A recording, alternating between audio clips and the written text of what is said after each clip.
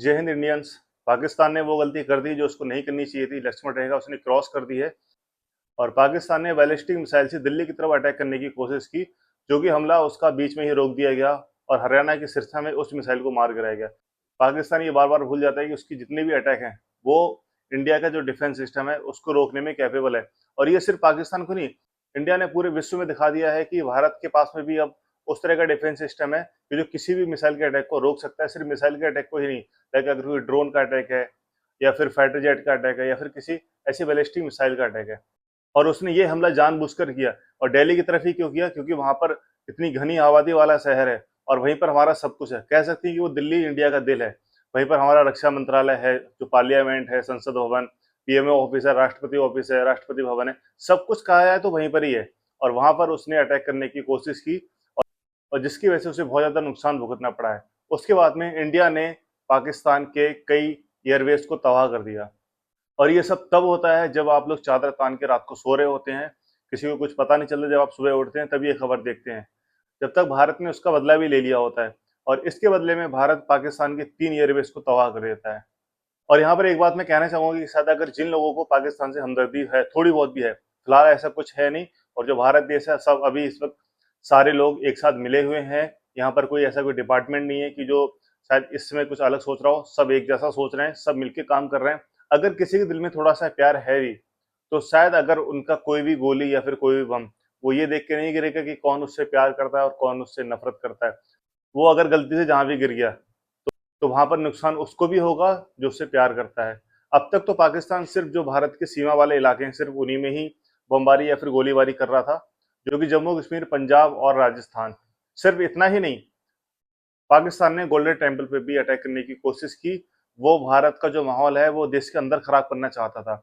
और उसके बाद में जो एक जनरल है उसने भी यहाँ तक कह दिया कि भारत ही इनडायरेक्टली उस जगह को खत्म करना चाहता है, जबकि ये अटैक भारत ने नाकाम किया। और स्पेशली उसके जो ड्रोन जो कि फ्लाई कर रहे हैं, वो स्पेशली ऐसी जगह को ही टारगेट करने के लिए कर रहे हैं। बात आती है कि सबसे पहले कि ये ड्रोन उसके पास पहले तो कभी थे नहीं और अब कहाँ से आए। उसके बाद जो ड्रोन आए हैं वो आए हैं टर्की से। जब टर्की में अर्थक्वेक आया था तो इंडिया ने सबसे पहले मदद का हाथ बढ़ाते हुए और वहां पर अपनी एयरफोर्स को भेजा, आर्मी को भेजा, मेडिकल एड भेजे। वहां पर जाके सपोले को दूध पिला रहे हो, अगले जाके उसने सांप बन के डसना ही है आपको। तो ये काम किया है टर्की ने। और टर्की ने सिर्फ ड्रोन के थ्रू ही नहीं, अपना जो मिसाइल सिस्टम है वो उनको दिया हुआ है। तो ऐसे बहुत सारे तरीके हैं, मतलब टर्की अब इनडायरेक्टली इन्वॉल्व हो रहा है। टर्की ने अपना एक युद्ध पोत भी यहाँ पर भेजा है और बोला है कि एक रूटीन वर्क की वजह से उसने भेजा है। जब हालात अभी ऐसे नहीं है और फिर भी टर्की गद्दारी दिखाने की कोशिश कर रहा है।